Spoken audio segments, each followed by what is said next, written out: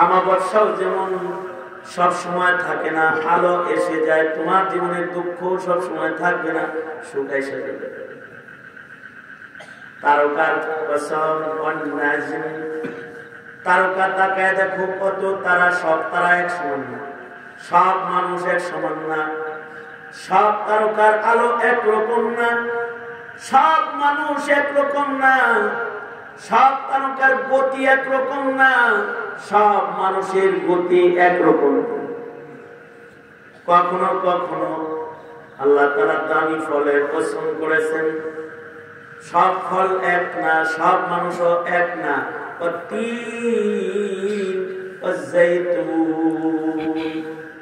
আবার কখনো পাহাড়ের কসম করেছেন,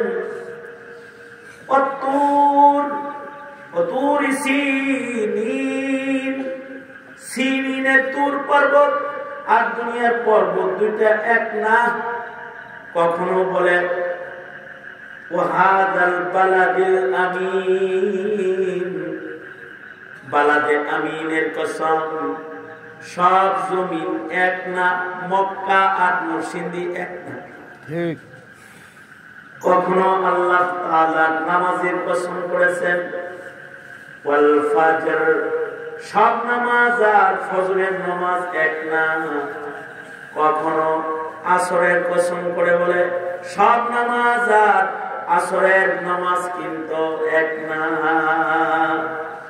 তার মানে যখন যে জিনিসের কসম খাইছেন, ওই জিনিসটাকে আমাদের কাছে আল্লাহ তাআলা তুলে ধরেছেন, আমাদেরকে সেই বিষয়ে শিক্ষা গ্রহণ করার জন্য ওই জিনিসের কসম করে দৃষ্টি আকর্ষণ করেছেন। কোরআনে কারীমের ভেতরে আল্লাহ যত কসম করেছেন, সব দামি দামি জিনিসের কসম করেছেন। কোরআনের কসম, ওয়াল কুরআনিল হাকীম, দামি কিতাব কোরআনের কসম, কসম করে কথা বলেছেন। আমাদেরকে কোরআনের উলুম ও হিকমতের দিকে দৃষ্টি আকর্ষণ করেছেন, আমরা যেন কোরআন তাকায়া দেখি।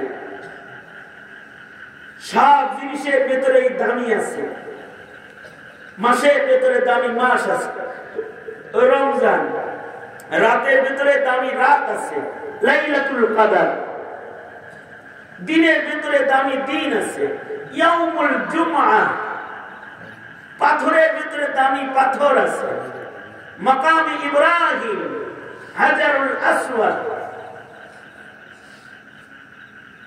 ঘরের ভেতরে দামি ঘর আছে, বাইতুল আতীক, কাবা ঘর, কবরের ভেতরে দামি কবর আছে, রওজাতুন নবী, কেউ জিয়ারত করলে শাফাআত ওয়াজিব হয়ে যায়। সুবহানাল্লাহ।